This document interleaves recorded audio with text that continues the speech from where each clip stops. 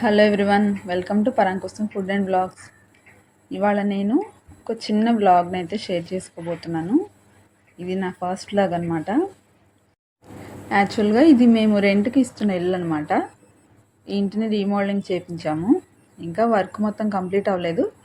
But మొన్న Wednesday మంచి రోజు అని చెప్పి పొంగల్ పెట్టుకొని గృహప్రవేశం చేయొచ్చు అని చెప్తే మొన్న చేసామన్నమాట.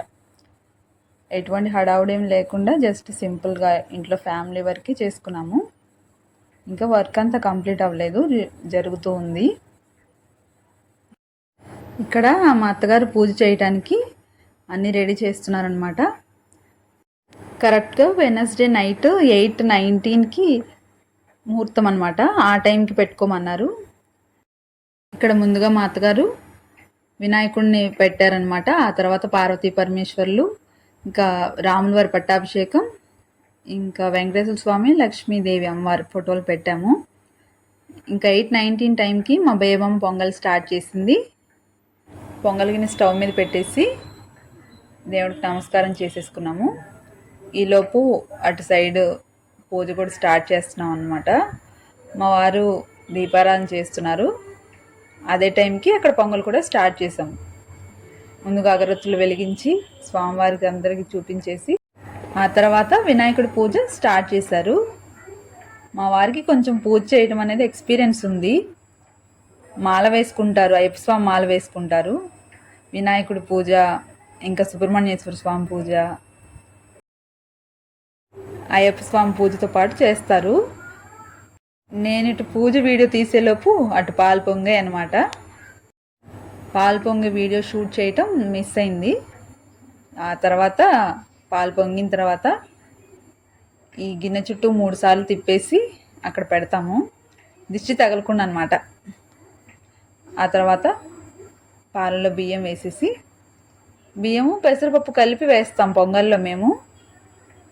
పొంగల్ మీరు ఎలా చేస్తారో కామెంట్ చేయండి. ఈ బియ్యము వేసిన తర్వాత కలిపేసేసి పొంగల్ ఉడికిపోయిన తర్వాత బెల్లం వేయాలి కదా, ఆ బెల్లం క్లిప్ కూడా మిస్ అయింది. అయిపోయిన తర్వాత పొంగల్ కంప్లీట్ అయిపోయిందనమాట. పొంగల్ తీసుకొచ్చేసి మా బేబమ్మ దేవుడి దగ్గర పెట్టేసింది. ఆ తర్వాత మా అత్తగారు పొంగల్ని తీసేసి ఈ సిల్వర్ ప్లేట్లో పెట్టారనమాట. ఈ పొంగలి పాలు ఏవైనా సరే సిల్వర్లో పెడితే అమ్మవారికి ఇష్టం అంట. అందుకని మేము పాలు నైవేద్యం పెట్టినా, ఇలా పొంగల్ నైవేద్యం పెట్టినా వెండి గిన్నెలో కానీ వెండి గ్లాసులో కానీ పెడతామన్నమాట. ఈ మా అత్తగారి సెంటిమెంట్ కూడా. ఆ తర్వాత నైవేద్యం పెట్టేసి హారతి వెలిగించారు. పూజ అంతా మా వారే చేశారు. ఇంకా స్వామి అమ్మవార్లకి హారతి ఇచ్చేసిన తర్వాత అందరం హారతి తీసేసుకొని అక్కడే ప్రసాదం తినేసాం అనమాట. బ్యాక్ సైడ్ ప్యాచ్ ఉంది కదా సిమెంట్ తోటి, అక్కడ ఆ ప్లేస్లో ఇంతకుముందు దేవుడు మందిరం ఉండేదన్నమాట. అది కూడా తీసేసి సిమెంట్తో కవర్ చేస్తారు. ఇప్పుడు అదే ప్లేస్లో వుడెన్ది దేవుడి మందిరం తీసుకొచ్చి పెట్టాలనుకుంటున్నాము. ఆ ప్లేస్లో కానీ కొంచెం పైన కానీ ఫిట్ చేస్తాము. ఓవరాల్ పూజ లుక్ ఇలా ఉంది. Next time full video shoot చేసి షేర్ చేస్తాను.